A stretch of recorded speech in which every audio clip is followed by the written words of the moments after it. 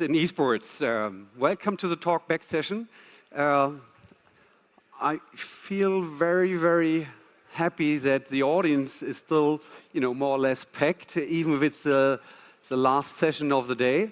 So thank you very much for being here. It's a pleasure for me being here and being here together with four experts, four people with a great background, with an interesting background. I'm in charge of the commercial unit in Europe at Nielsen Sports and Entertainment, and I'm guiding you through the next around 60 minutes on the esports topic. Let me start introducing you the panelists. First, I'd like to introduce you to Dr. Brett Arbanel. She is just arrived from Las Vegas. She is the Director of Research at the University of Nevada at the International Gaming Institute.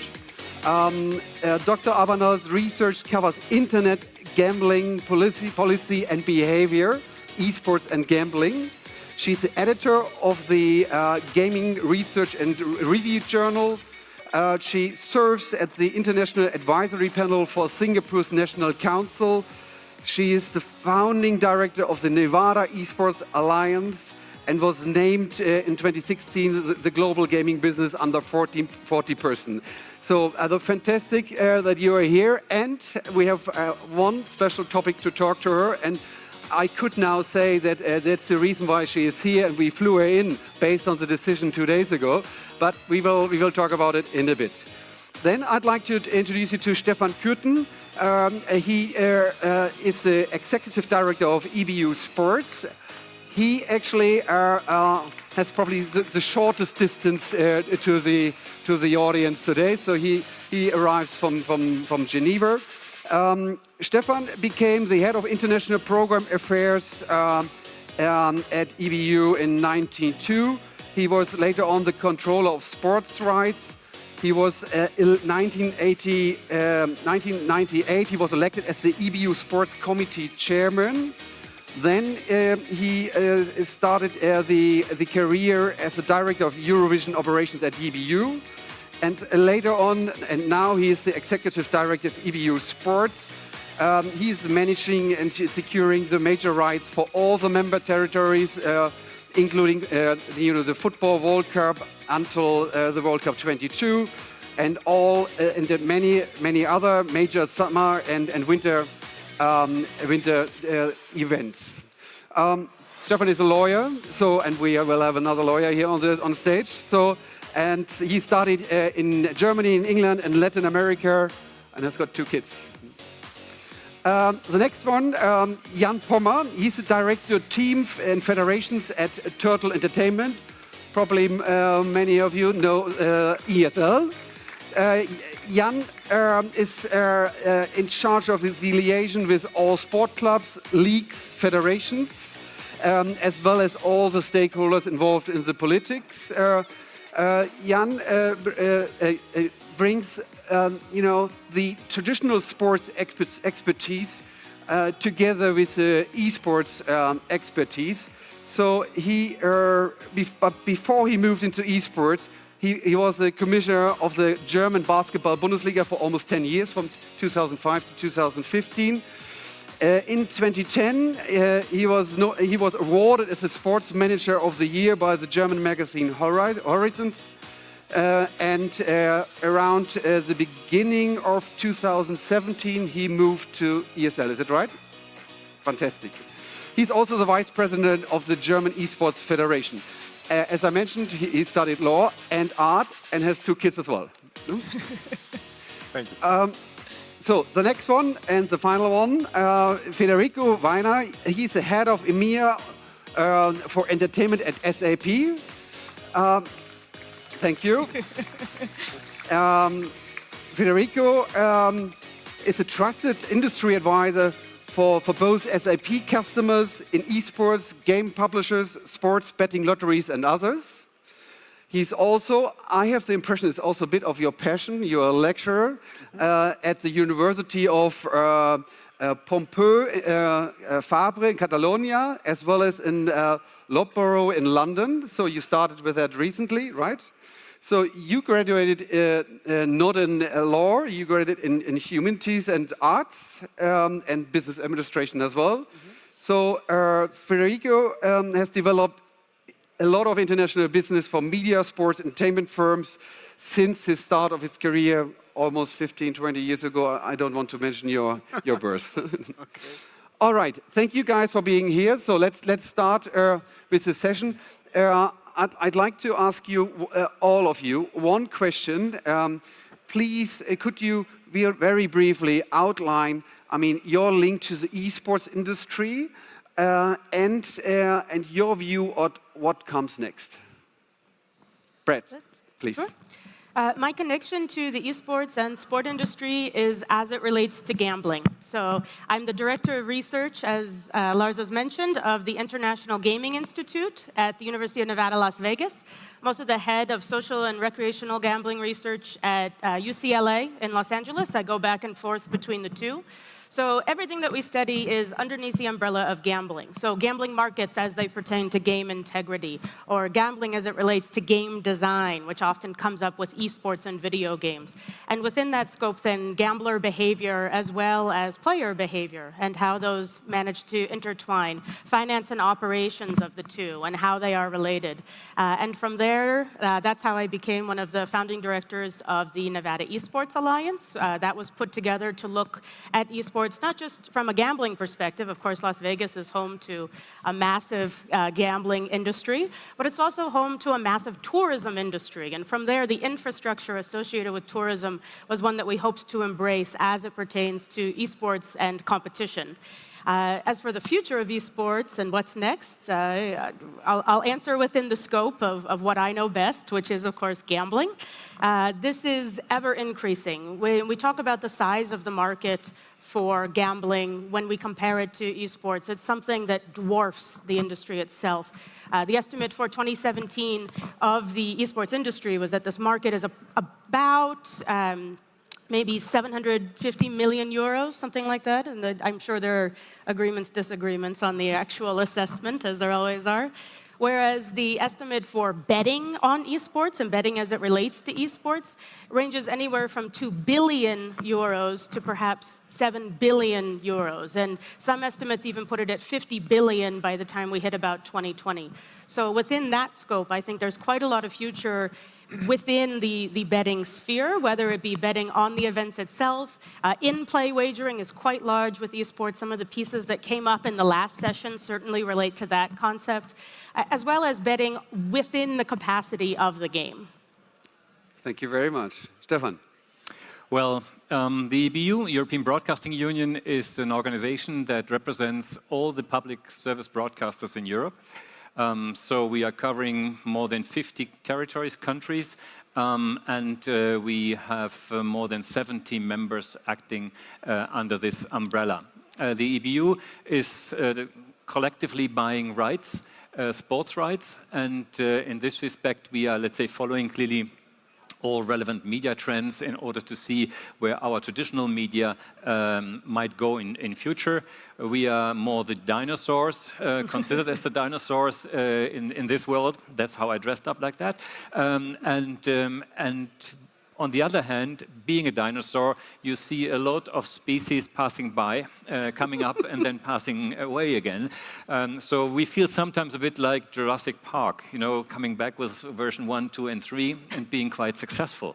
So our relationship with the industry of e-gaming is there in the sense of not only looking at it, but also actively starting an exchange with them. Because we believe, and we have to discuss it later, we believe that e-gaming wants to be where we are. That means getting lots of money from the broadcasters or other groups for the rights. And I think both worlds are looking now into how to, if and how to merge, let's say, at least various sectors of their activities. And where does it go? I think it will happen. The merging of the traditional and the new sports. Thank you. Jan. Yeah, I'm with ESL, and well, in all modesty, it's the biggest esport company in the world. We are organizing online tournaments, leagues, and offline tournaments this weekend in Dallas, next weekend in Birmingham. So big events with 10,000s of spectators where the confetti comes down in the end and where you can rise a trophy and earn hundreds of thousands of euro as a player.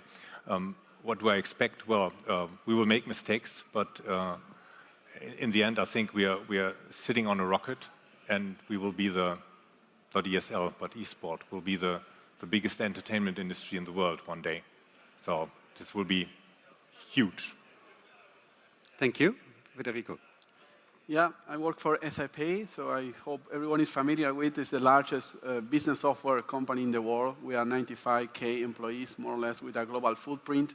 And we entered into esports and entertainment with the hope to deliver the best software solutions for teams, federations, broadcasters, and any other stakeholder into this industry. Obviously, when you see an industry growing in double numbers year after year, then definitely something in there. I think this is part of the digital transformation of the society. People is not looking anymore linear engagement, so they go to non-linear, and this is non-linear entertainment because it's very interactive. It's much more different than any other sport and broadcasting behavior before. So I think it's aligned to the new audiences, and that's why it's so interesting for every one of us. For those who are questioning if this is a sport, not a sport, I think that's not relevant. If we go 100 years ago, people will argue that jazz is not music. And later on, they need to accept it. So as soon as you do it, the better the advantage you will have. Thank you very much. I'm definitely agree with you. I mean, and we will not touch base on the topic if esports is sports or not. I think all the people who are interested in esports, and I'm sure you are, so you have discussed this question already. So I mean, I would rather touch or continue talking about entertainment and having you here, you know, not even 24 hours from Las Vegas, the mecca of entertainment, the mecca of live entertainment. I mean, we all know that esports is a really growing market, but how does it get along the esports with the live entertainment at the casinos in Las Vegas? It has been extremely popular to put into the entertainment mix and the product mix that exists, not just in Las Vegas, but in more of the resort setting in general. Las Vegas has gone through quite a lot of evolutions over the years, and now it's very much focused on being, as you've said, an entertainment mecca as opposed to necessarily a gambling mecca, especially as we have advanced in technology to have access to gambling in so many different media. You know, for example, the phone in my pocket will hold a gambling app. I don't need to go into a casino to place a wager anymore. And so these resorts have moved to diversify. It's no longer just casino resort. We call them integrated resorts. There's no gambling phraseology that exists in that name anymore. And as a result, things like esports and gaming, these gaming lounges have become particularly popular. Arenas have been very popular. Each entity in Las Vegas is now looking to see how esports can be part of its entertainment mix. And we've seen quite the variety. The Esports Arena, which is a somewhat globally known brand, they have arenas either existing or in development all around the world. Just opened up a brand new arena. It really just opened a few months ago now, 2 months at most, in Las Vegas, in the Luxor. That's the big pyramid one on the Strip. It has the giant light that goes up that you can see when you fly in. And it went into an old nightclub space. The nightclub had not been performing well. They closed it. And now there's a giant esports arena in that space. We also see competition spaces. The Downtown Grand in Las Vegas has opened up a boot camp space where teams come and rent out the space, and they can all live together, much in the same way that Anna described in the last session, where they'll live together in bunk beds in a modded out hotel suite, and then they can go into the training room and train in a room that has a very secure, very fast internet connection so that they're able to play there and train there. Then we also have gaming-type lounges. One of the big trends recently in the gambling space is what we call skill-based gaming, which is just a marketing way of saying gambling that has some skill component involved in it. And from there, we've seen a big overlap with esports. That trend to bring, I think a few people now have mentioned millennials. which is both the most loved and hated word in the gambling industry right now, to have that converge together. So it's not necessarily just a gambling product, it's also the means of offering an entertainment piece that simply exists with or in tandem with or alongside the gambling itself. I mean, I'm about to buy a ticket to Las Vegas immediately after the session, so that's pretty clear. So it seems that Las Vegas is again ahead of the entertainment and I mean, consuming entertainment live and on site is probably still and will be still the best. Consuming entertainment through the media channels. Stefan, I mean, you are obviously you're coming from the linear TV world. I mean, you're experiencing all the competitors from the non-linear world. I mean, what's your view and on the developments, and how do you position EBU's way of presenting the esport topic to the obviously increasingly interested audience? I really think and I believe the two worlds have to start to use the same language at least, to start to discuss, to have exchanges. I don't think that we are completely fishing in different ponds, and we should do more probably together. I see if you just move a second away from the pure media perspective or from the pure, let's say, TV perspective. What I understand is that even Twitch is looking a bit at the traditional media by having now a 24/7 sports channel on their platform. So it's not only us looking at this industry of e-gaming, it's also the e-gaming industry looking at us and trying to combine things. If you look at, again, wider, the organizations, we have all listened and followed the discussion of the Olympics. Will it happen or not happen? So even these traditional bodies are at least discussing it, and we don't have to answer that question now. But when we look at the Asian Games, I understand 2018 already, the Asian Games will run an e-gaming competition. And in 2022, in China, it will be an official sport, accepted there. So we see that the traditional bodies are somehow starting to discuss. And when I break it down to our TV world, I can see the same. What are we good at? We are good at storytelling. Is the e-gaming good at storytelling? I don't know. It's probably too expensive. They have the players. We are good at reaching still a larger number of eyeballs. We are quite good at that. I think we are very good at promoting things. We are bad at catching the interest of the youth, where I see clearly the advantage of the e-gaming industry. So somehow, as we are facing the same situation, that there are audiences and experience that we can share, I believe there can be more done. What do we specifically, the EBU? We clearly held our first e-gaming workshop, actually masterclass, in 2016 in Berlin. We continue 11th and 12th of June to have all invited members to have another workshop in Helsinki. And we as EBU are also in contact with the e-gaming industry to buy or use rights and to offer it to our members. And our members, again, are extremely active in this field already. So we are not just, it's not a different world for us. When I look at minimum 15 to 20 members are already active in this field. Part of them doing highlights, part of them doing broadcasting, part of them starting having news items. So all different activities. So it's happening really that we are merging or getting together at least one after the other. And in this context, I believe that there is more to come. I'm quite convinced. We might probably not start with certain violent sports. We might start with other sports. We might start very conservatively with parallel to our, let's say, live shows with the simulation of sports. and we believe this is a good start, but we see that other members are even going a bit further. Okay, so yeah, fair enough. I mean, each of the members, I mean, they can have their own opinion. So therefore, it's a kind of a transition period, which you just described.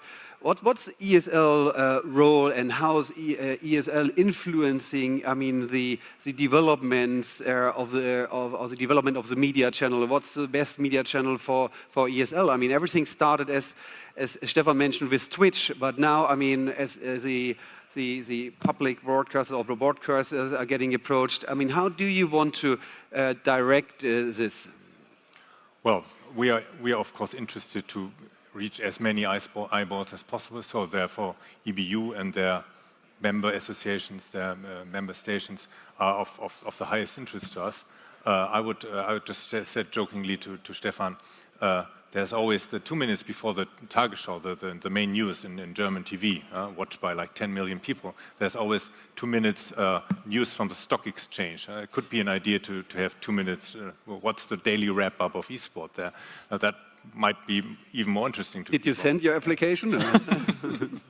Well, it's just a joke. That's the very next, not the very next step. So there's a basis of expectation of esport enthusiasts that you can see something on Twitch, or at least for free, on Facebook or Twitter, etc. So that's where we start, and YouTube. But we feel more and more that classical TV stations, linear TV stations reach out to us to ask for magazines and for live events. Even in Germany, there was ProSiebenSat.1 that were broadcasting live Counter-Strike after 11 in the evening, of course, and so it went very well. So okay. This will grow. Thank you for this. Federico, I mean, SAP just announced, I think 1 or 2 weeks ago, their involvement in a team, partnership or sponsorship, however you name it. But your interest in the esports industry is different. It's not just being a sponsor, traditionally like having some I don't know, media awareness. So your interest is different. Would you like to outline, please, the interest of SAP in esports? Sure. As everything is moving from linear to non-linear and everything is going interactive, so from our perspective, also the software should go that way. And in that sense, we partnershipped with Team Liquid, which is one of the largest esports team in Europe, to understand the KPIs that they need for player performance mainly, and also develop other co-innovation projects that can help us to serve better software into the industry. It's a new way to connect the brand to other audiences that otherwise you cannot reach, and particularly maybe a company like SAP will not reach if they are not in esports, because we are business software, so the way to connect with those audiences definitely is into new channels, new communication channels such as esports. Okay. I mean, I think this is pretty much a trend, and we as Nielsen Sports, I mean, we were investigating the market, and we are seeing that at this stage, I mean, brands, especially non-endemic brands, are moving into esports. I mean, we have one video for you, so prepared for the session, just to also to present you a second examples next to SAP, how you can be engaged within the esports industry, and I'm asking the technique to play the video of Gillette.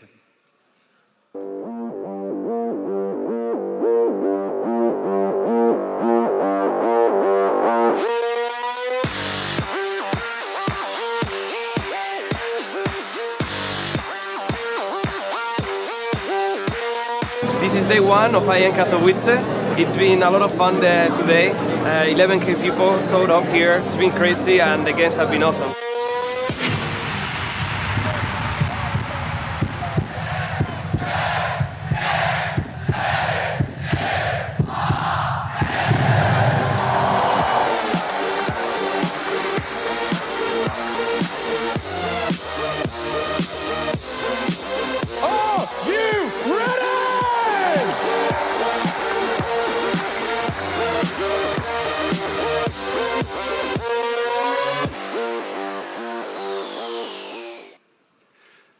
I think it's quite interesting to see how they activate and how is Gillette involved in this. Let me ask you. I mean, this video is from the top event of ESL in Katowice. Who went to visit the event in Katowice?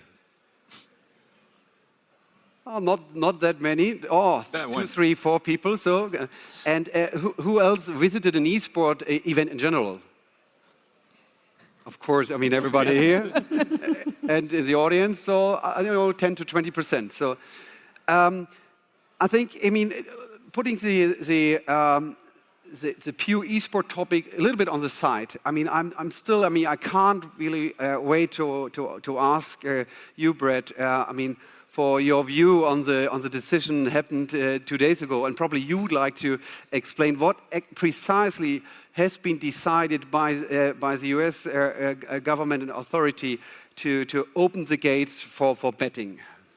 Sure. So the two-sentence explanation is that previously there had been a federally imposed ban on sports betting other than those that were grandfathered in from prior law. That ban has now been lifted. So gambling or sports betting is not necessarily universally legal across the United States now, but the ban it's no longer banned. As it currently stands, gambling is regulated at the state level in the United States, much as it is in Germany, as we were talking about earlier. And so currently, each state has the opportunity to create its own law regarding sports betting. There is also one currently issued for discussion at the federal level, though we'll see where that goes. Then from there, sports betting will progress. And what does it mean for the esports industry? I mean, let me before you answer, I'd like to jump over to Jan. I mean, what do you think? What does it mean for the esports industry? Well, I think this is really big news. We can be very happy. First of all, it's great for the customers, for the fans, because they can get more involved into esport through betting. This is something you and others did research on, that the moment you bet, even if it's a small amount on a sporting event, then you're getting more involved and you start a conversation with your friends, etc., etc. So it will be just more fun to watch esport or to be involved in this. And for all tournament organizers and for all teams, I think there's money to earn. Huh? Just in the Premier League, in the English Premier League, half of the teams have betting companies on their jersey, being their main party, their main partner. So if you picture something like this would happen in the end in the US market or even globally for the teams and for the event organizers, also always done in a proper, transparent, compliant way. Of course, this could be great. I mean, please correct me, Brett, if I'm wrong. But I mean, if I remember, or if I read the right paper, I mean, the NFL, the NBA, they are not so much in favor of this decision. Is it wrong or true? So, what's your view? It depends on the organization. Some are in favor.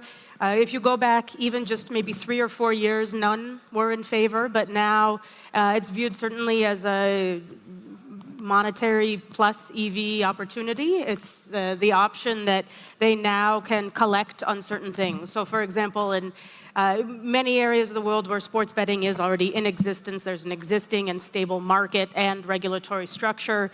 There are fees that do go toward leagues and organizations to put toward integrity, training, tracking, partnerships with gambling regulatory organizations and authorities, partnerships with betting operators, not just from the sponsorship perspective, but also from an integrity perspective to look for odd betting patterns that might signify or identify some sort of corruption in the sport. And so from there, that's something that I think some of these leagues are looking to capitalize on, and not necessarily a negative thing to capitalize on.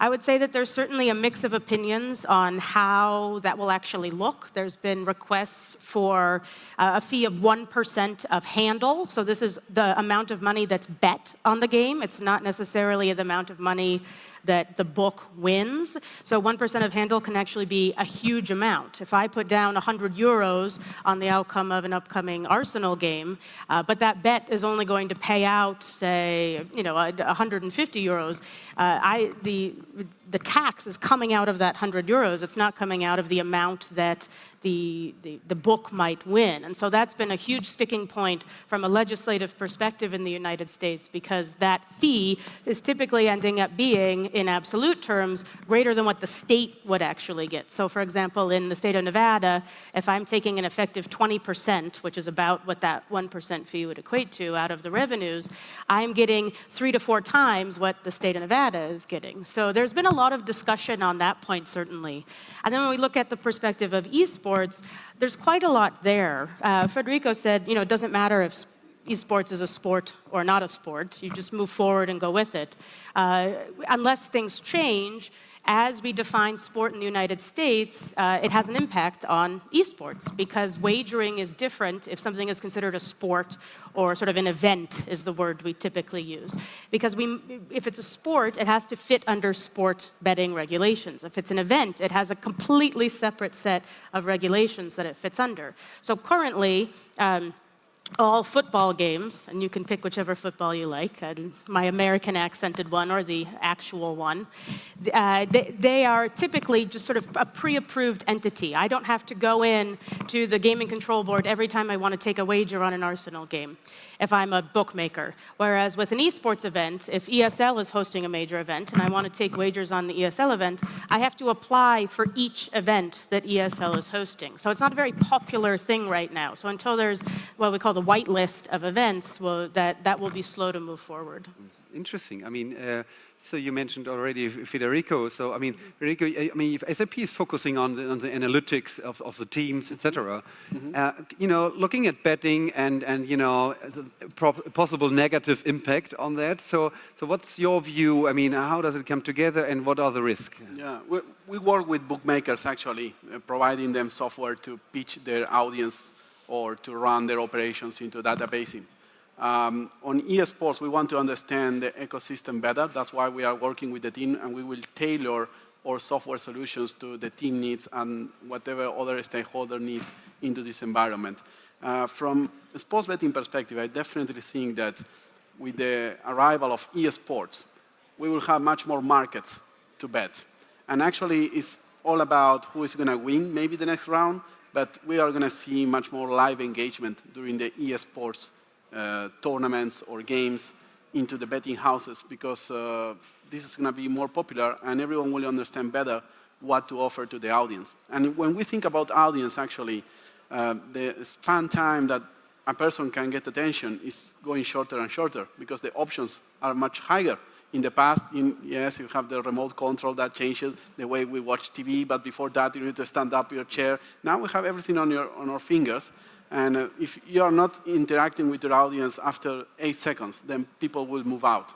So eSports is going to offer to bookmakers a new market to approach to new audience with new environments also, because it's different kind of a sport. So definitely it's going to be a booster for the bookmakers. That's why many of them are doing a good job in that sense. I can mention as an example a lottery, Danske Spil in Denmark. They have done an amazing job. And as far as I know, it's one of the top 5 sports linear verticals that they have on betting running on their website, because they have started this many years ago. And other lotteries had not yet started. So it's time to bet on eSports, the best solution for your audience. It sounds very interesting. I like to open this topic, this really hot topic, a very fresh topic. Actually, we have organized this topic for the session today. So, do you have questions with regards to the just happened decision on betting in the US? Oh, it seems that betting is not a very big topic, but we have one question over there. All right, is this thing on? All right, perfect. I think one big thing in regards of betting in terms of preventing manipulation is, like you said, you have to analyze for patterns. that requires you to have a certain set of data that gives you the patterns. Now in esports, I think we have the challenge that you have multiple different games. You don't have an aggregation of all the data from all the games anywhere. So don't you think that's going to be a problem to make a recognition of patterns that could indicate manipulation there? It's kind of too board, I guess. Yes, definitely. There's a lot of the discussion in this. Some of the books have a saturation of data to the point where they are able to target some of these betting patterns. My opinion on that specific point is actually less so that the data is so spread out, but actually more that, as was, I think, discussed or at least alluded to in the last session, there's constantly new games that are being developed and exploding upon the scene. So Fortnite Battle Royale, nobody was playing this 6 months ago because it didn't really exist. I mean, when was the release date for this? Not even 6 months ago. And yet suddenly it's one of the biggest games that we have. So when games are continuing to go through these kinds of patterns, that's when we really don't have enough data to really be able to determine what might or might not be a normal betting pattern because it's simply too fresh. And for a long time, actually, with this same idea, there were many issues with creating odds. As Federico mentioned, was it Danske Spil in Denmark? They've been doing this for many years, so it's a lot easier for them to set lines. If we look at the history of football, I have all sorts of data on football to know what sort of behaviors are good for a good football player. So I can create a line for a football match that would allow me to sort of even out. The goal for a bookmaker is to have an even amount of wagers on each side of the match because they will always win from that vig or the vigorish. So with this, we don't necessarily know how to properly set a line for esports matches. So from a business perspective, in addition to the integrity perspective, there's issue there. But back to your original point, because I, as an academic, tend to digress. I agree. I think that there is certainly an issue that we don't have sort of a centralized database of this.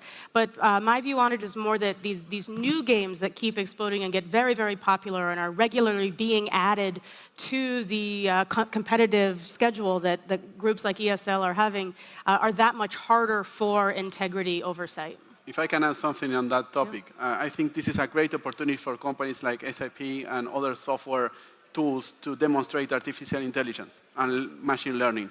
As soon as you program the algorithm and it starts learning how that game behaves and how the players or bettors in that games are running, then we have a much more compelling story to tell our customers why we do good software than just advertisement anywhere like drink something.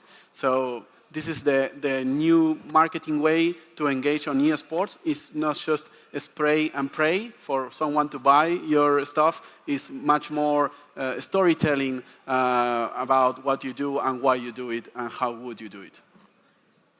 Stefan. And not to the betting. I have more a question related to the esports business model. Actually, it's something I would like. Okay, all right. I mean, this decision is probably just a milestone, within the betting industry, and we will hear many more things about that very soon. So, but let's come back to one of the questions from the agenda. I mean, how's the esports competition going to be changed? I mean, Stefan, so the fact that you started early and you monitored what's going on the market, and you will have your next esports workshop in Finland very soon. So really, so you are ready to move in. When do you expect the explosion? First question on esports, and what do you recommend Jan to do in order to change the competition that the wider audience will further increase their interest? I think the explosion is happening from the perspective of growth. But the level of growth from where you start, I mean, percentages it's high, but if you look in absolute figures, it's compared to TV television already still on the way, let's put it this way. And therefore, I believe in order to make the competition grow, I mean, from our traditional understanding, the teams, for example, team from our traditional understanding means you have to click in to connect to them because of something.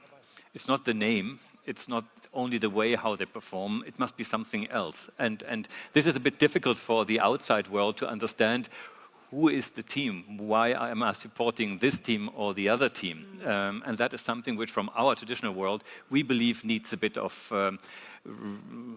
fresh look and to see what kind of learning from traditional sports can be taken there. Is it a national team? Is it and we had the representative of the national team here, but he said the big guys are somewhere else. It has nothing to do with the national team. So somehow there seems to be one problem that is existing. The other one, it's very simple. You don't know the people, you don't know the teams, you have difficulties to understand who is it. And that's where I think television and us, e-gaming could probably come together and saying we could really help out with storytelling on performance on the teams, who is it, and to make them get a bit of emotions around that. It's not only the moment that is emotional. I think the lead up has to prepare emotions, and that's where I believe television can come in. And this is what our members have done. They have started to broadcast, and then they saw it's not good enough, and they started then to create highlight shows and surrounding stories around this. And this then led to a higher interest. And we are now going so far that as EBU, we are exchanging regularly news items for all our members. So we have 50,000 items that we are sending to all the broadcasters connected to us and the agencies, by the way.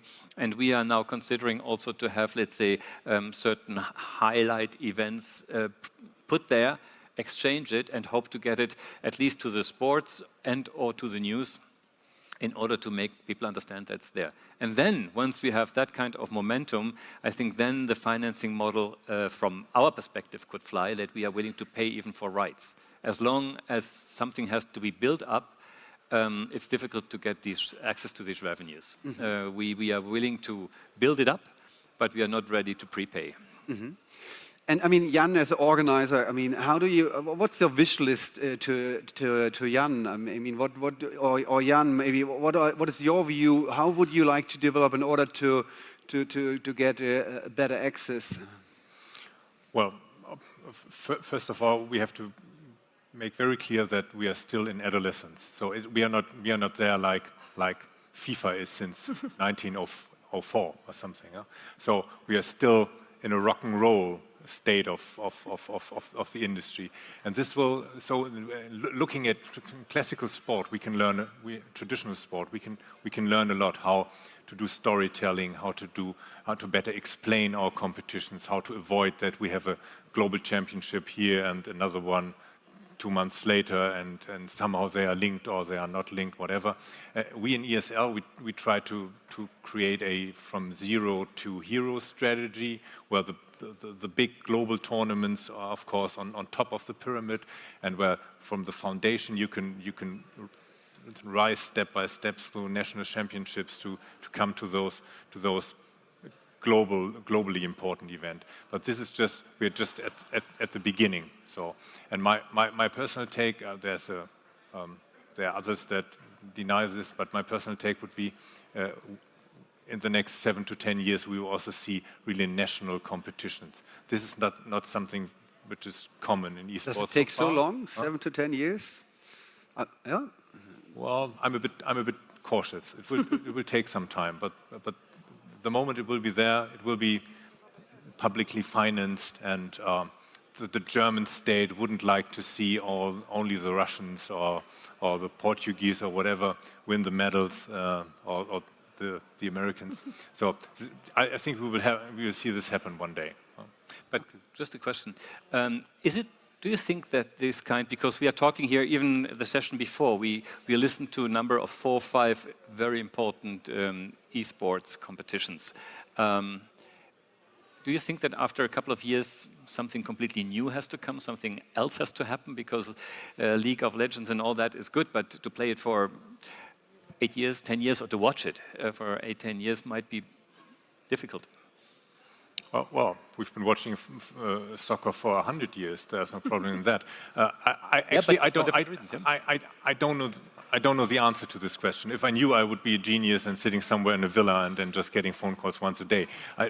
Nobody knows. The whole industry is is trying to answer this question. And the guys that develop Fortnite, they are the new heroes, and we will have new heroes in 2 years' time. So I think this is the interesting thing about esports as well. There are some games that stay, like Counter-Strike has been around for 20 years, and we will see what happens to Fortnite. I think it will stay for a pretty long time, and other games might just fade away, to quote Neil Young.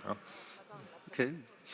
I mean, Federico, I mean, you're coming from a tech company, and I think virtual reality is probably definitely a topic also for SAP. At least, I mean, I'm definitely convinced that you're personally interested in this topic. I mean, you presented to me yesterday a quite interesting video from Japan. So, I mean, what do you think, and what's the link of this virtual reality trend or technique? It's not anymore a trend, maybe involved in the esports industry. What can we get out of it? Well, I was surprised by the Hado World Cup, which is an initiative from a Japanese company, a startup, call it as you want to. It's like gamification on tournaments that look like team against team, just like esports, but it's moving your body with a virtual reality headset. This can be a new segment inside the video gaming competition, which is evolving from being in front of a laptop or a screen with your device and just interacting digitally to a mix. And we have some interesting startups also here in this Congress, mixing virtual reality with gamification and trying to move people out of the chair. So I think this is not going to replace or cannibalize esports at all. It's just a new segment inside this virtual real world. And again, talking about cannibalization, which is something that everyone is afraid of. Federations, clubs from traditional sports, please take your strategy for esports, even to say no, but study the case, because it's a new communication channel to reach new audiences, to put your brand in the head of many people. There is much more viewers of esports actually than many other traditional sports. So even to say no, please review your strategy and say no with a reason. Not just say no because, oh, this is just for geeks, this is just for young people, I don't understand anything, it's so fragmented, and there is no world association to look after. This is a flat movement, it's evolving every day. That's the good of this as well, and your brand can be better positioned if you agree with a common strategy on the stakeholders in your company. Yes, I really want to support that idea, because when we started to discuss with Ubisoft, this was the idea to somehow bring a real event, that means the Olympics, to the viewer, the young viewers, but then to use as much as possible, let's say, the real downhill slope, and allow the people to compete to a certain extent with the real picture. And these kind of things, I believe, is upcoming. In biathlon, you can define your heartbeat when you have to shoot, and all these kind of things. So there are really developments possible, and we clearly support that idea, because we believe this is a must to guide people to more interaction with the sports, the traditional sports. No, I mean, I also agree with you. And if you, I mean, you mentioned, I mean, all the startups of today, and the winner forward games is also probably, I mean, they're not far away for integrating a virtual reality as well. I mean, it's a kind of it, no? So who hasn't seen it yet? So also these Hado World Games. So everybody who hasn't seen it yet should maybe Google it. It's quite interesting. But I mean, again, you know, Las Vegas is always ahead of the techniques. It's you know, everybody on the street in Las Vegas running around with a virtual technic umbrella. Well, Las Vegas in particular, I don't think everyone will be running around with a virtual reality headset, because we like to think that what we've created there is in itself already the virtual reality. And so perhaps while you're there, you don't need to wear the headset, but perhaps we can export it into a headset near you. Yeah, fantastic. So, okay, are there any more questions from the audience, from the auditorium? Relatively quiet here, but probably because of it's the final. Oh, no, there's one question from the European leagues, if I'm not wrong. Yes, yeah, it's I work for the European League, so obviously we're from the. So the technique, please. We can't hear you. Hello, can you hear me now? Yeah. Yes. I'm from the the European leagues. Obviously, it's the football leagues. But my question was about the games, Konami PES and FIFA's game, and how they might develop in the future versus, obviously, the big games, which are the non-sporting games, and how you see that going in the future. Who would you like to answer? From a competition standpoint, from a development standpoint? From interest, really. I think my understanding is obviously the big numbers, the big interest is in those other games. But obviously maybe sports betting, and this will change the landscape slightly, but just how those two sports, or you can obviously, it can relate to the NBA 2K League, but how those games might grow or not grow in the future versus the other landscape. I mean, behind FIFA and PS, Konami, Esports, they are big brands, big publishers doing a great job in platforms. But let's think about Esports. They represent probably 2% of the audience, which is very low compared to other games. The reason for that, my explanation, is that people, when play Esports, they don't want a recreation of the reality, which is kind of the same game that they can watch on TV from their favorite team into the Twitch or YouTube game, whatever platform is broadcasting that. So eSports is about fantasy creation. It's a cultural movement which goes in a different way, and it's probably a cultural expression which needs different involvement than just reproducing the sport in digital.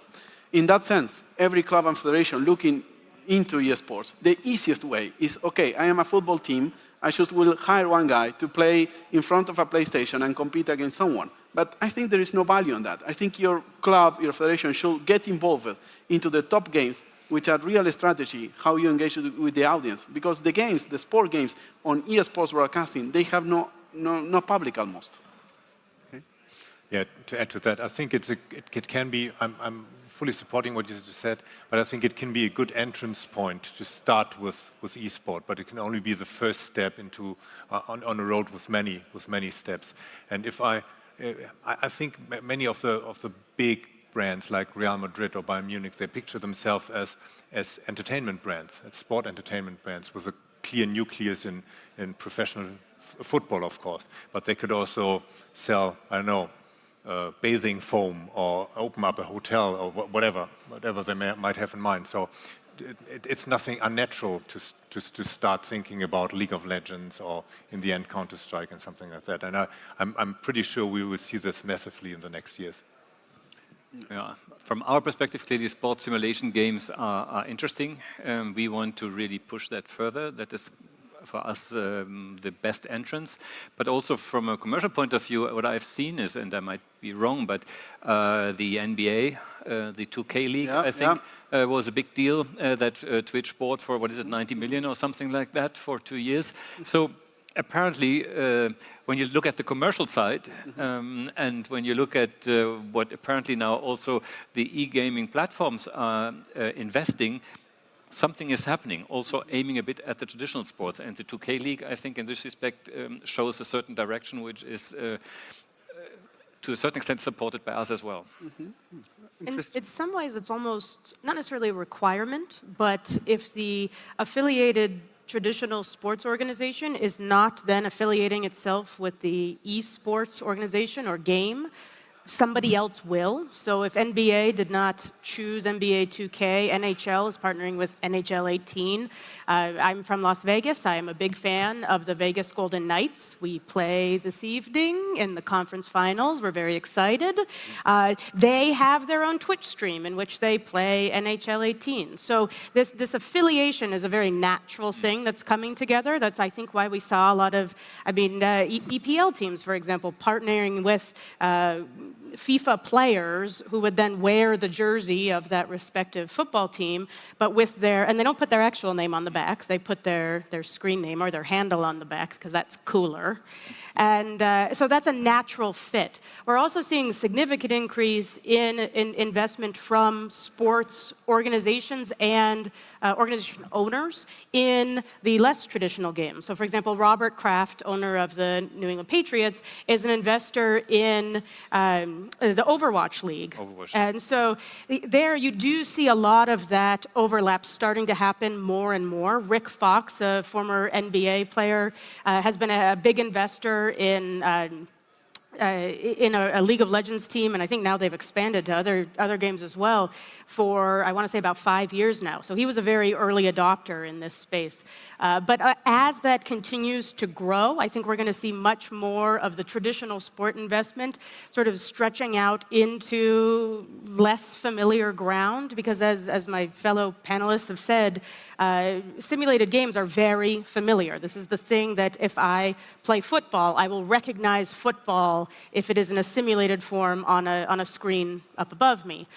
I won't necessarily recognize that giant stats bar at the bottom of the League of Legends screen that you may have seen as you walked by the competition earlier. But as that starts to spread more, I think Federico made the point earlier, it will eventually make its way into that understanding. Look, sport and entertainment is the religion of 21st century. And if you compare religion, how it evolved in different regions might not be the same. So the strategy that works in Vegas might not work in Europe, and we should develop our own strategy. That's my point. And the way esports is being understood in Asia will not be the same maybe in this country, but please, develop your strategy. And look at Asia too. Yeah. And I mean, this is. I mean, thank you for playing the ball to me. I mean, if you want to know, I mean, the situation in Asia or in the US, so we started 1.5 years ago in investigating it and researching for the right insights. So you can download it at Nielsen Sports website. So sorry for this little advertisement, but that was a good occasion to me. Thank you. Quick and dirty.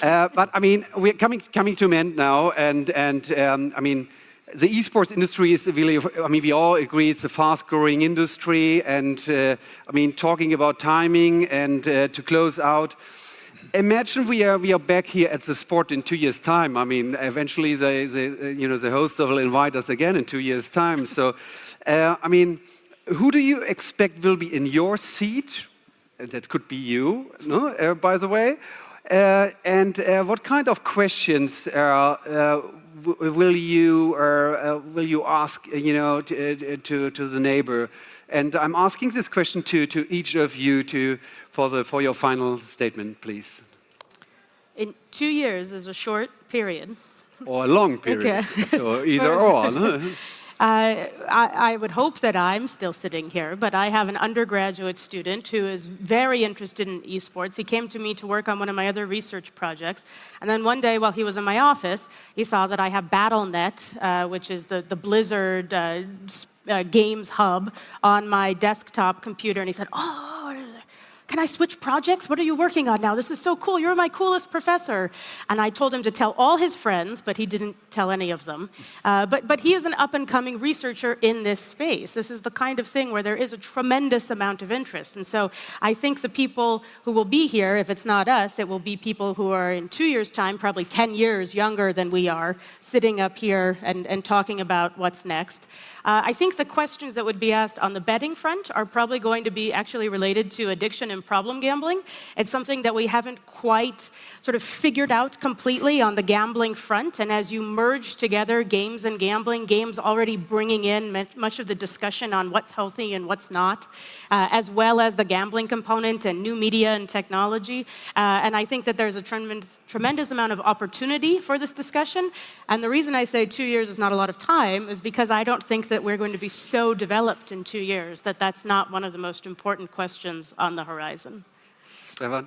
I think Jan said that there will be a hierarchy in organizing the sports, at least that is the objective. And my question will be, why didn't, in 2 years' time, why didn't you get it done?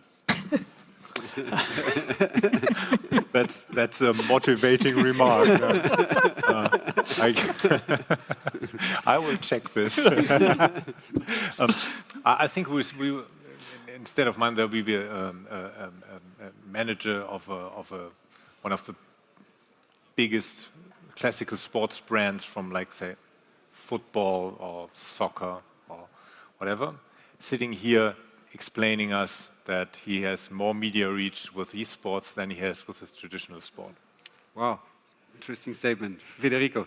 Yeah, I think we are going to see much more different ways to engage with esports, and the people sitting here will not be only from tech companies, university, and media somehow and organizers. We will see many other companies that right now we can't imagine in this environment engaging somehow, interacting with the content, creating new solutions and new ways to engage with the audience that we just can't imagine right now. So I don't know if in 2 years' time, maybe even faster. We should be really open eyes, open-minded, because this is coming very fast. There is no other sport growing at the speed of esports in numbers globally. So definitely stay open-minded, stay curious. That's the best way you can engage with esports and digital content. Thank you very much. I think it was a fantastic conversation and talk session on stage here at the final hour of the sport. So I really, appreciate your support and thank you again for coming all the way down from Las Vegas. I know you want to experience a bit of Switzerland. Have you made already a plan where you want to spend the next 2-3 days here in Switzerland? Well, I'll be here. This is at the lake for a few days. I was saying, I just so everybody here knows now, I've never been to French-speaking Switzerland. I've been many times to German-speaking Switzerland, but never to the west side. So this is very exciting for me. Oh, yeah. So you should definitely enjoy one of the very nice French brasseries here in Lausanne. So that's what I can recommend, and plenty of other people in this audience eventually as well. So again, thank you very much to you guys and to you in the audience as well.